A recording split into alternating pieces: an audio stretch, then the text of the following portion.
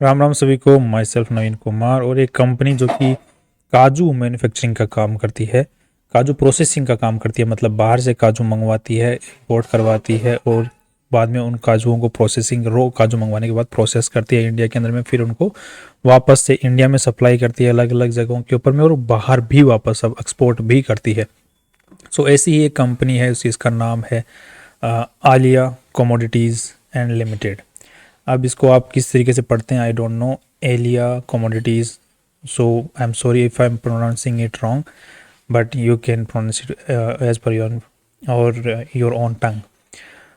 अब नेक्स्ट अगर देखते हैं कंपनी की आज बेसिक डिटेल्स को यहाँ पे देखने की कोशिश करेंगे, यहाँ पे आईपीओ की, और बाद में हम लोग कंपनी की पास परफॉर्मेंस को देखते हुए और कंपैरिजन करते हुए दूसरी जो ऑलरेडी लिस्टेड कंपनी उनके साथ में, और इसको एनालिसिस करने की कोशिश करेंगे कि कहाँ पे ये बैठती है, जमती है, महंगी है, सस्ती है, या फिर किस तरीके से बनती है इसकी बात। तो हम बेसिक डिटेल्स की बात करते हैं। 12 जुलाई से 16 जुलाई के बीच में इस कंपनी का आईपीओ खोलने वाला है। 95 का कंपनी ने कट ऑफ प्राइस सेट किया है। 51 करोड़ रुपीज़ ये कंपनी उठाना चाह रही है मार्केट से और अपनी जो पूरी वैल्यू लगा रही है दैट इज़ 193 करोड़ रुपीज़। अब यहाँ पे कंपनी के जो प्रमोटर लोग हैं उनके पास में 86% शेयर होल्डिंग आईपीओ से पहले थी और आईपीओ के बाद में 64% के आसपास में रह जाने वाली है। सो 86 से 64 रह जाने वाली है, तो यहाँ पे ठीक ठाक अभी भी रह जाने वाली है। 200 करोड़ की कंपनी है, सो इट्स फाइन।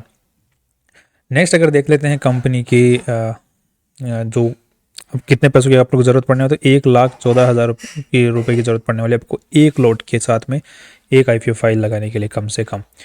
नेक्स्ट अगर देख लेते हैं यहाँ पे कि कंपनी क्या करती है, वो तो हम ऑलरेडी बात कर चुके हैं, बट इसी के साथ में कंपनी जो दूसरे प्रोडक्ट्स होते हैं जैसे शुगर हुआ, पल्सेज हुआ, सोयाबीन, राइस, व्हीट फ्लोर, इनके साथ में ट्रेडिंग करती है। ट्रेडिंग मतलब एक जगह से खरीद लिया, फैक्ट्री से डायरेक्ट खरीद लिया और बाद में उसको बेचती है, राइट। तो वो ट्रेडिंग होती है। बीच में जो रॉ मटेरियल जो है कैश्यू नट्स, उसका तो प्रोसेसिंग करके बाद के अंदर में बेचती है, पैकेजिंग खुद करती है, सब कुछ खुद करती है। और बाकी इसके जो मेनली जो प्रोडक्ट्स बिकते हैं वो राजस्थान, कर्नाटका, गुजरात, मुंबई यहाँ पर बिकते हैं, और साथ में ही इंडिया में बिकते हैं मोस्टली अगर देखा जाए तो।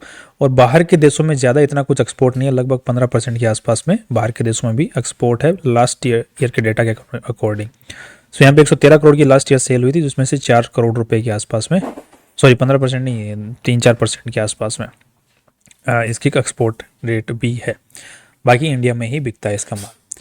नेक्स्ट अगर देख लेते हैं कि कंपनी क्यों पैसा उठाने की कोशिश करे, रीज़न क्या है, क्योंकि हर कंपनी कोई भी डिसीजन लेती है पैसा उठाने के बारे में तो कंपनी का यहाँ पे शेयर होल्डिंग कम हो रही है, मालिकाना हक कम होता है प्रमोटर्स का, तो वो उनके पीछे क्या रीज़न है जो कि मालिकाना हक कम कर रहे हैं यहाँ पे। तो पहला रीज़न कंपनी ने बताया है कि कंपनी को एक नया यूनिट जो है वो स्टेब्लिश करना है, उसके लिए पैसों की ज़रूरत है। दूसरा, कंपनी जो ऑलरेडी यूनिट है उसके अंदर में कुछ मशीनरी की वगैरह की ज़रूरत है, उसके लिए पैसों की ज़रूरत है। सो नया सेटअप भी करना है, नई फैक्ट्री भी सेटअप करनी है और साथ में एग्जिस्टिंग के लिए भी एसेट्स खरीदने हैं। Okay, reasons are fine. Next अगर देख लेते हैं अब कंपनी की जो बेसिक डिटेल्स होती हैं उनको, कि कंपनी के अंदर में और चीज़ों के बारे में अगर चर्चा हम लोग करते हैं तो यहाँ पर ये कुछ इन्फॉर्मेशन है कि 26-25 करोड़ रुपए के आसपास में कंपनी लगाने वाली है नई फैक्ट्री सेटअप के अंदर में, और 6 करोड़ रुपए के आसपास में नई मशीनरी खरीदने में लगाने वाली है पुरानी कंपनी के लिए।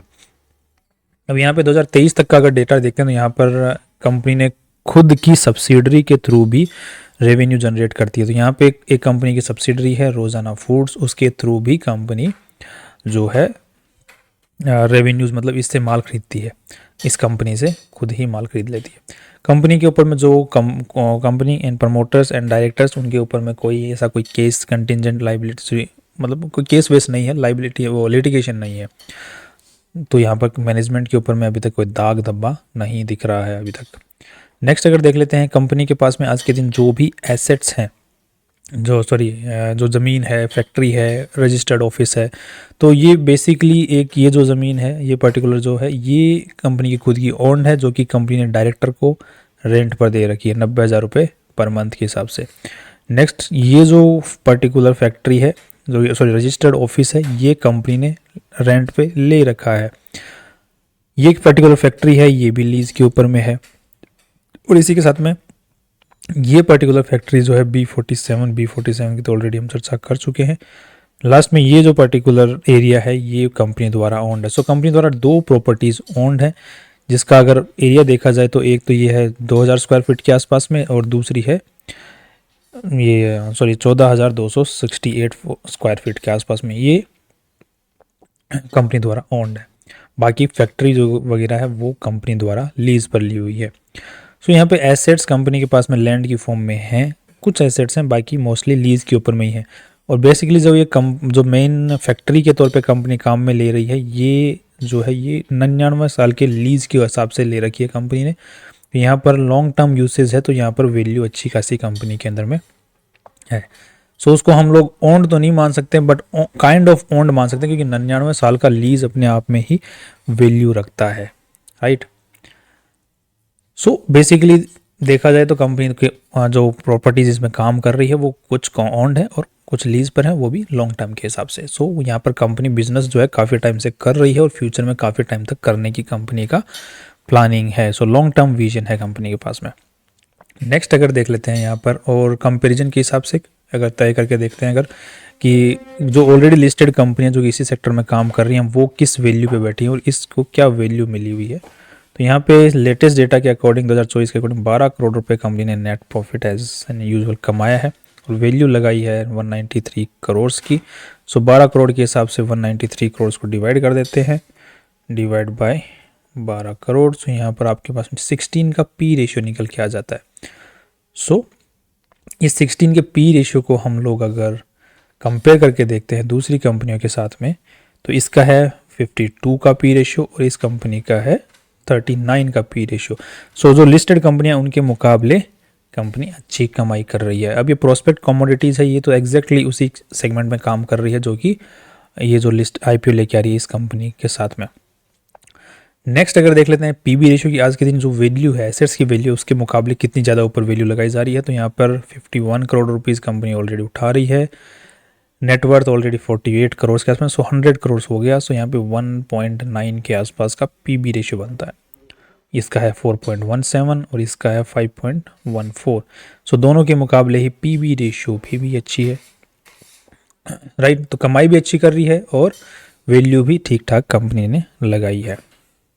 नेक्स्ट, अब यहाँ पे ओवरऑल अगर कंपनी का हम एक बार समराइज करते हैं, सो कंपनी के पास में खुद के एसेट्स हैं, खुद की फैक्ट्री है, लॉन्ग टर्म के हिसाब से कंपनी ने लीज पर ले रखा है, कुछ ऑफिसेज वगैरह ओन्ड भी हैं, कुछ प्रॉपर्टी ओन्ड भी है। एंड कंपनी के पास में बिजनेस है, काफ़ी टाइम से बिजनेस चलता हुआ आ रहा है और कंटिन्यूसली इंक्रीजिंग ऑर्डर में ही बिजनेस चलता हुआ जा रहा है। और रिसेंटली डेटा के हिसाब से भी अगले आने वाला जो एक्सपेक्टेड एंड जो 2025 का जो रिजल्ट होगा वहाँ पे भी आज के एक्सपेक्टेशन के हिसाब से इंक्रीज होने के रेवेन्यू के चांसेस हैं, जिसके साथ में ही नेट प्रॉफिट के भी इंक्रीज होने के चांसेस हैं।